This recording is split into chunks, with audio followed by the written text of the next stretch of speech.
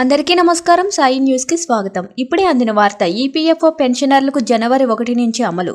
దీనికి సంబంధించిన complete details అయితే వీడియోలో చెప్పడం జరిగింది. వీడియోని పూర్తిగా చూడండి, అప్పుడే మీకు పూర్తి సమాచారం అనేది తెలుస్తుంది. అలాగే ఇప్పటివరకు మన ఛానల్ ఎవరైతే సబ్స్క్రైబ్ చేసుకోలేదో దయచేసి సబ్స్క్రైబ్ చేసుకోండి.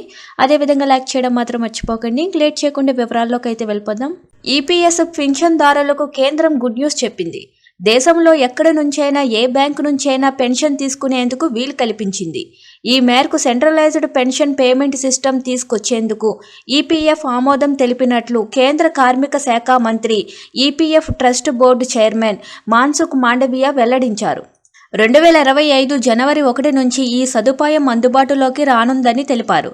దీనివల్ల 78 లక్షల మంది పింఛన్దారులకు ప్రయోజనం కలగనుందని చెప్పారు. ఈపీఎఫ్ఓ ఆధునీకరణలో సెంట్రలైజ్డ్ పేమెంట్ సిస్టమ్ కీలక మైలురాయని మాండవీయ పేర్కొన్నారు. పింఛన్దారులు ఏళ్లుగా చేస్తున్న డిమాండ్కు దీంతో పరిష్కారం లభిస్తుందని చెప్పారు.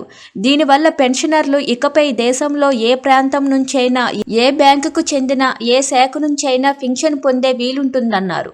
పింఛన్దారులు ఒక ప్రాంతం నుంచి ఇంకో ప్రాంతానికి వెళ్ళినప్పుడు పెన్షన్ పేమెంట్ ఆర్డర్ బదిలీ చేసుకోవాల్సిన అవసరం ఉండదు. దీంతో పాటు ఏదైనా బ్యాంక్ లేదా శాఖ మార్చుకోవాల్సిన సందర్భంలోని ఈ సదుపాయం ఉపయోగపడనుంది. ప్రస్తుత పెన్షన్ పంపిణీ వ్యవస్థలో సిపిపిఎస్ సమూల మార్పులకు శ్రీకారం చుట్టనుంది. ప్రస్తుతం ఈపీఎఫ్ఓ జోనల్ ప్రాంతీయ కార్యాలయాలు కేవలం 3 లేదా 4 బ్యాంకులతో మాత్రమే ఒప్పందాలు కలిగి ఉన్నాయి. పింఛన్ ప్రారంభం సమయంలో పింఛన్దారులు ధృవీకరణ కోసం సంబంధిత బ్యాంకుకు వెళ్లవలసిన అవసరం ఉంటుంది. సెంట్రలైజ్డ్ విధానం వల్ల బ్రాంచ్ను సందర్శించవలసిన అవసరం తప్పనుంది. అంతేకాదు, పింఛన్ విడుదలైన వెంటనే ఆ మొత్తం ఖాతాలో జమ అవుతుంది.